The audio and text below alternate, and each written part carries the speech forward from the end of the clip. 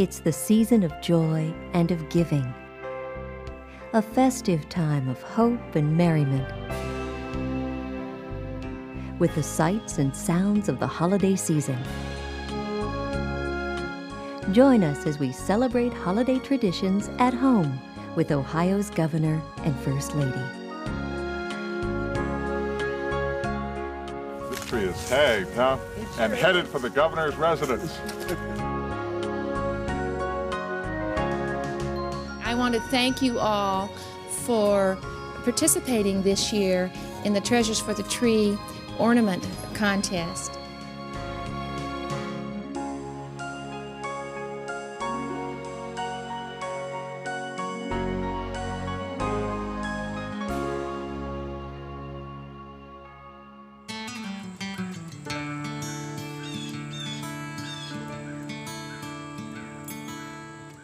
In Bexley, Ohio, just outside of Columbus, stands the structure that has been home to 9 Ohio governors.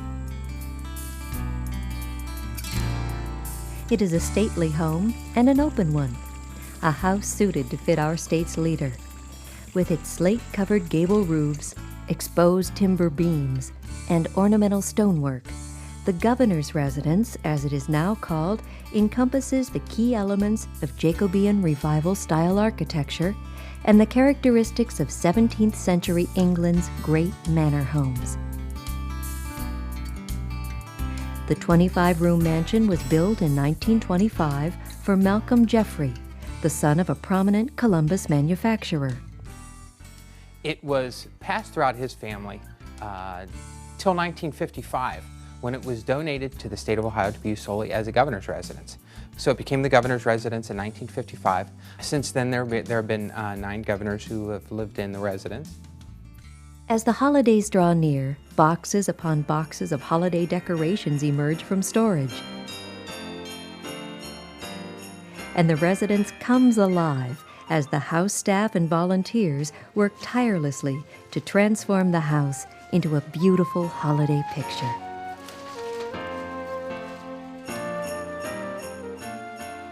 The week after Thanksgiving, this place is a beehive of activity as the staff brings in the Christmas tree that we have selected, decorates the house, puts on the ornaments, brings in the poinsettias. It makes the place very festive and inviting for the holiday season. You know, there's a star that's this year hanging in the governor's study, and I love that star because that was the first gift that the governor's staff here at the governor's residence gave to Bob and me our first Christmas here. And so it always comes out and hangs in a different spot in the house, and I love to see where the staff decides to put it this year.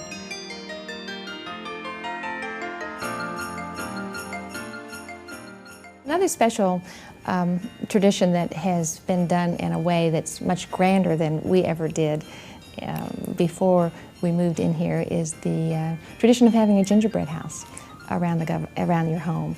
And when Anna was little, we used to take graham crackers and a can of frosting and a cardboard box and a bunch of candy and make our gingerbread house. But when we came here, we discovered that June, the chef, was very adept at making gingerbread houses, and for the last 2 years she has created a reproduction of the governor's residence that is quite fantastic and is always a great conversation piece for everyone who comes through the residence.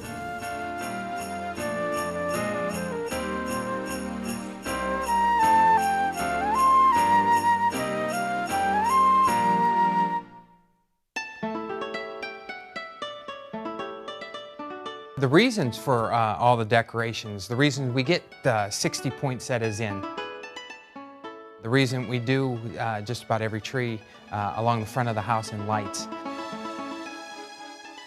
or put 25 sets of lights on our main tree, is because we're going to have 1,500 to 2,000 people here over the next 2 weeks for events. We're going to decorate it, so we want to show it off. A traditional tower of apples, oranges, lemons, and pears, topped by a pineapple, a symbol of hospitality and good cheer, welcomes visitors to the residence. If you go in the dining room, you will see that we have an Advent wreath there, we have a menorah, and we have a Kwanzaa candle stand, because we want to make people who come here feel comfortable. And so we think that this is a small way that we can recognize the wonderful diversity in religions and faiths and traditions that are celebrated by people who live here in Ohio. Each year, the governor's family drives out to Fairfield County to the Albert Family Tree Farm to select their trees for the holiday season.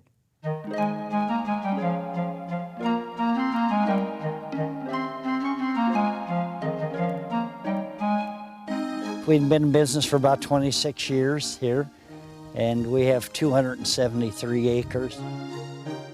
This is a great tradition. It goes back some 18 or 19 years to Governor Celeste through Governor Voinovich, and now this is our third year.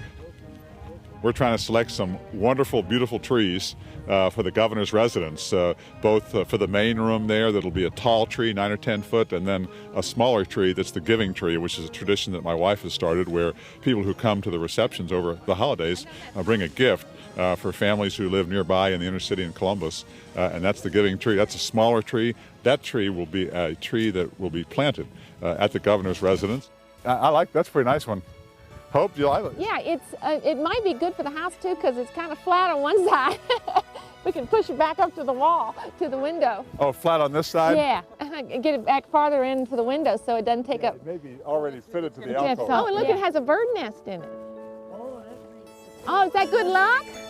Come around here. You can see it. See it? See it in there? See the bird nest right there? Everybody We'll have to says leave that's it in good there. luck. All right, this tree is tagged, huh? And headed for the governor's residence. The governor picked out a Douglas fir. This is the first tree they walked up to. And they didn't spend the rest of the day going all through the whole farm and then coming back to the original first tree. They're very decisive. They went right to the first one.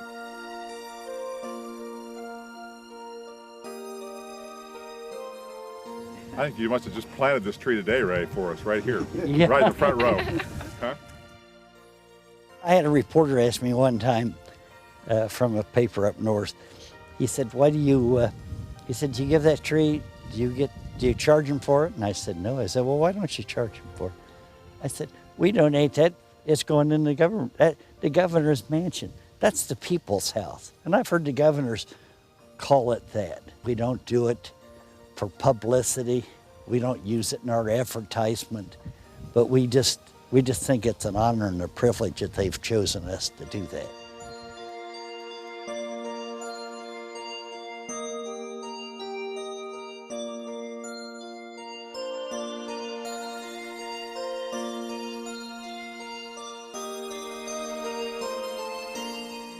The branches are soft and the needles are soft and they support the ornaments but don't provide the prickliness of say a spruce. Another main reason, a horticultural reason if you will, is because Douglas firs are known to hold their needles. In spite of being a cut tree, it won't drop nearly as much as some other Christmas trees might.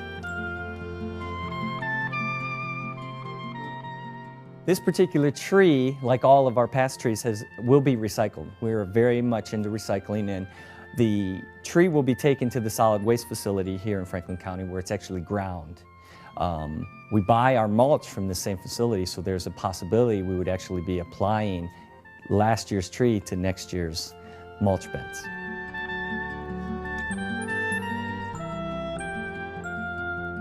The 9-foot Christmas tree that stands in the main living room is adorned with dozens of ornaments designed by artists and craftspeople from around Ohio.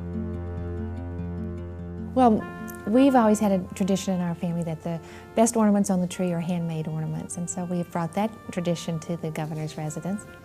This is the second year now that we've had a program called Treasures for the Tree, and we have been blessed to have 50 to 60 ornaments each year from artists all over the state, and one is just more beautiful than the next. It's a wonderful way to carry on the tradition of making things with your hands to put on the Christmas tree that has been a part of our family since our daughter was a baby. I think we don't realize how blessed we are in this state with artists. You know, we think of New York and Chicago and California, and we really have a huge and vibrant art community right here in Ohio. And Hope wanted to highlight that. Hope decided that she wanted to showcase all of the artists and craftsmen in the state of Ohio. So we decided to do an ornament contest, and we divided it into 5 regions. And the artists then took their ornaments there to be judged before they came here. Anything that you can make ornaments out of have been used, from paper in quilling process to wood carvings, to glass. We have a lot of hand-blown glass ornaments, to paints and acrylics, to fabric, to ribbon, to you name it, it is there. It is just metals. It's just wonderful to see the creativity of people in Ohio and to see how they can incorporate little bits of different kind of materials to make a wonderful ornament that's not too heavy and not too big, but really conveys a message with it.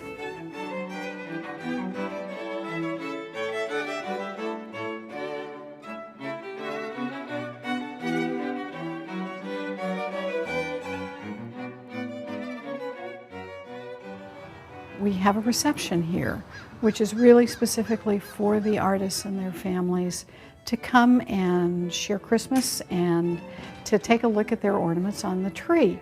And actually what you see going on behind you are people who are madly trying to hang and also draw a map of the tree so we know exactly where an ornament is hung. So when an artist shows up and says, "Where's mine?" Being a good-sized tree, we need to be able to say, oh, it's up there on the right-hand side. The angel goes above Santa's workshop and below the purple glass ball. It is wonderful to have a house full of creative people. And as First Lady, I want to thank you all for participating this year in the Treasures for the Tree ornament contest. The ornament I made for the tree this year is called a partridge in a pear tree. It's a paper quilled partridge. Paper quilling is an age-old art from the 17th century. It's long strips of paper that are curled around it would have been done on a quill originally, but now it's a little tool. And once you're done curling it, then you pinch it into filigree shapes. And you glue them together to form the ornament. It took me about 6 weeks working on and off. I used a red ruby glass and also an opal Schwartz glass. I wanted the dark red, which symbolizes the Christmas time, and then the other color is more of a silver, so it has a reflective quality that was nice together. The ornament that I made is made out of glass. It's a fused glass process, which is an ancient Egyptian process. It's actually older than glass blowing. It was popular around the time of the pharaohs. This particular piece is entitled, "Oh Say Can You See?"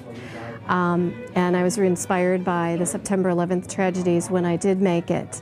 The type of glass that I used in it is fine spaghetti strings. It's really nice that artists are recognized in the state of Ohio, and this is really nice to be honored, you know, by the governor and his wife.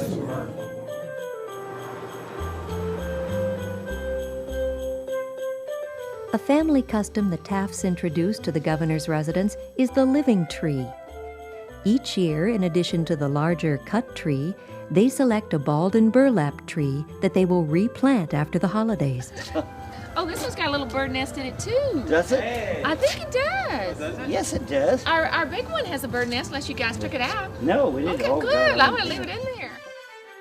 It's a bald tree that will be planted on our yard. And this concept started when, well, the governor was very little. They got bald trees in their house. And they planted them on the yard after Christmas. We always planted a tree at Christmas time. I can see some 60, 70-foot trees that I planted a long time ago, which tells you how old I am. His favorite tradition growing up was to have a living tree for their Christmas tree and then to go outside and plant it after the holidays. And so we brought that tradition in too. And then, of course, in my family, the tradition was to go out into the woods and pick out your tree and cut it down and bring it in for the holidays. And we've combined that one, too. This year's tree is a white spruce. Its branches are a little bit stiffer than the main tree, which is a Douglas fir, and it can support more weight. Also, horticulturally, like I said, it's better for our conditions here at the yard, whether they be shade or half-day sun.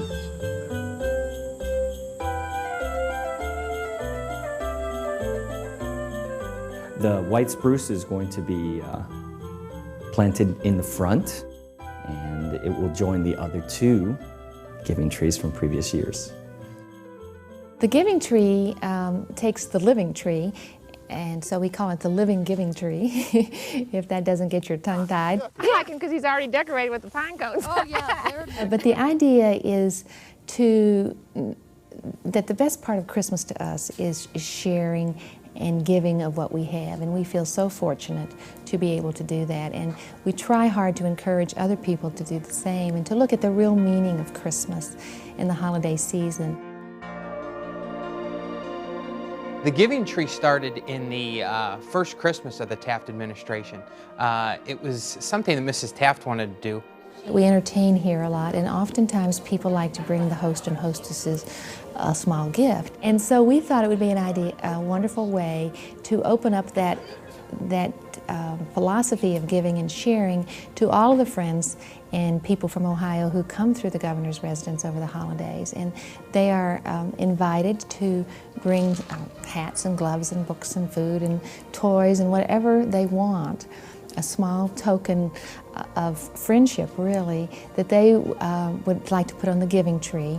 And then at the end of the party season here, we will give all the items that have been collected and donated to a place here in Columbus that provides more or less a free store for the homeless and those who can't afford to have a Christmas of their own.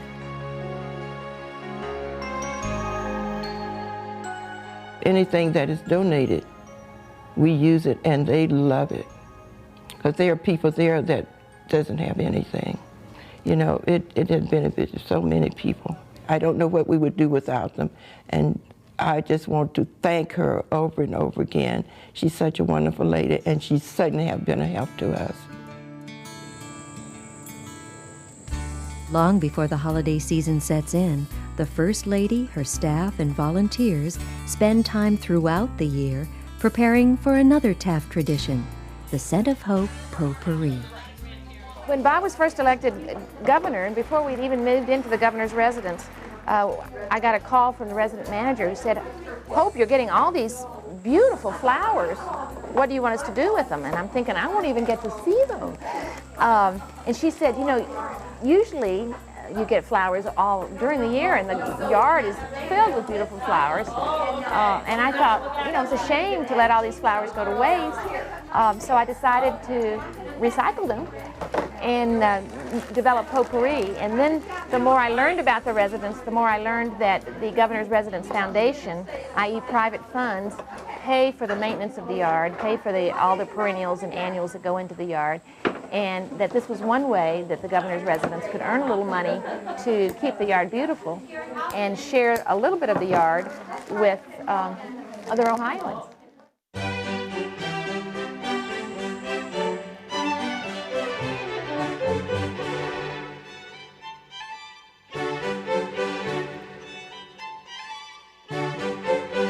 So when this idea came up, I'm thinking, now how am I going to do it? How am I going to find the time to make all these bags of potpourri? And I thought about my garden club and asked them if they would like to come up and help, and they jumped at the idea and the offer and have been coming up ever since. This is our third year for the members of Les Jardinières to come up here and help Hope do this. She taught us how to do potpourri when she was in Cincinnati. This is her hobby. See how pretty this looks? She does this with the staff that takes care of the grounds. She actually puts this together herself, and she comes up with her own scent. So that's why it's called a Scent of Hope.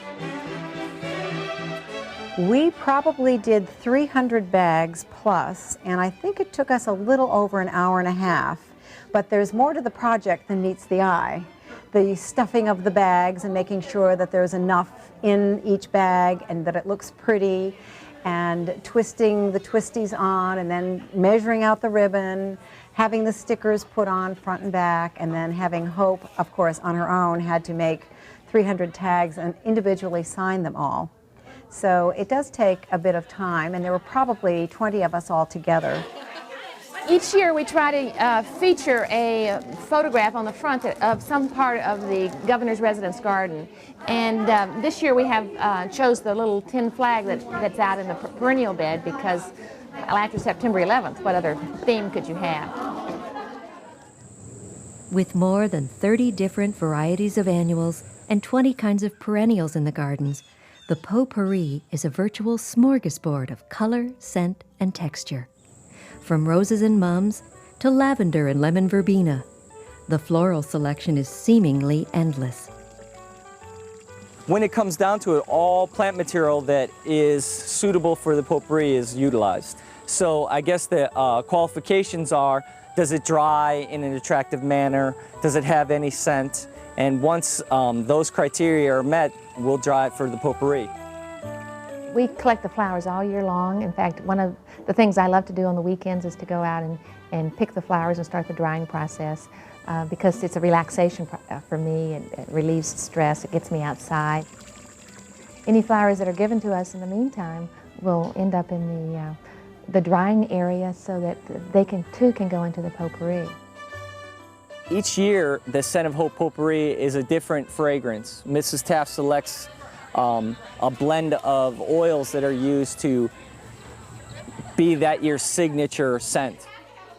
Oh, I really like the potpourri. It has a fabulous scent. It's not too heavy, kind of light and kind of fruity, real flowery, and just a real nice scent that wears well. And I have it in my closets all over the house and give it as gifts, and everybody loves it. It's wonderful. Well, it does have lavender in it because we grow a lot of lavender in the yard. It has a rose in it because we grow a lot of roses in the yard. It has honeysuckle in it because there's a lot of honeysuckle in the yard. She won't give out the formula. We've tried to get it from her. And it has lemon verbena in it because we grow a lot of herbs. And she's rather evasive. She gives us a couple of the scents that she puts in. And it has carnation in it because that's the state flower. But we really don't know the secret recipe. She is the only one who knows that. But I'm not going to tell you the proportions because that's a secret.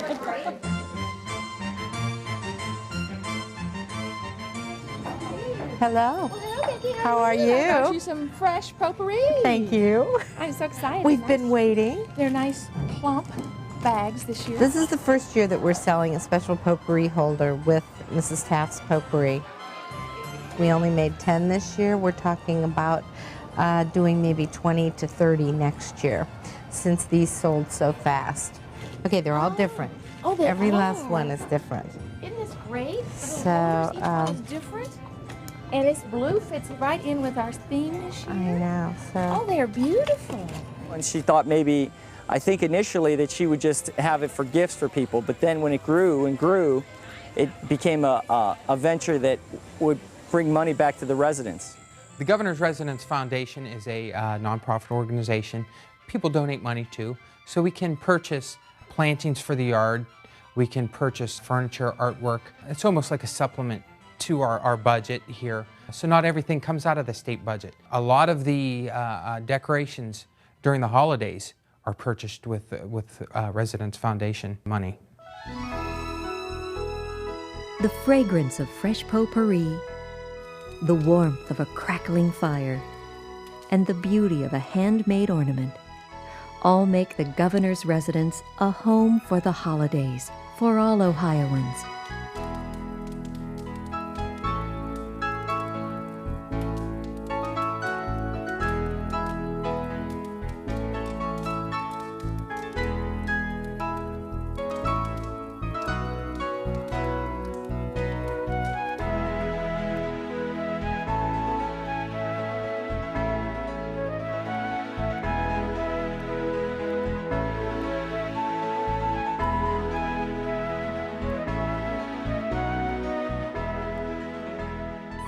The residence is gorgeous, from the front door to coming into the living area, and everything is just perfect.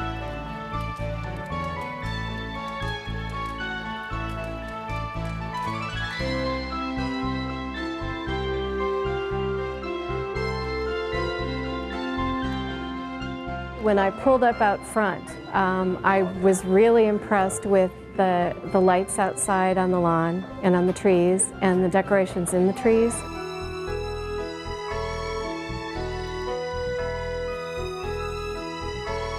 There are a lot of white lights dancing around out there on the trees and on reefs, and it's fun to drive by and to know that this house is full of life and vitality.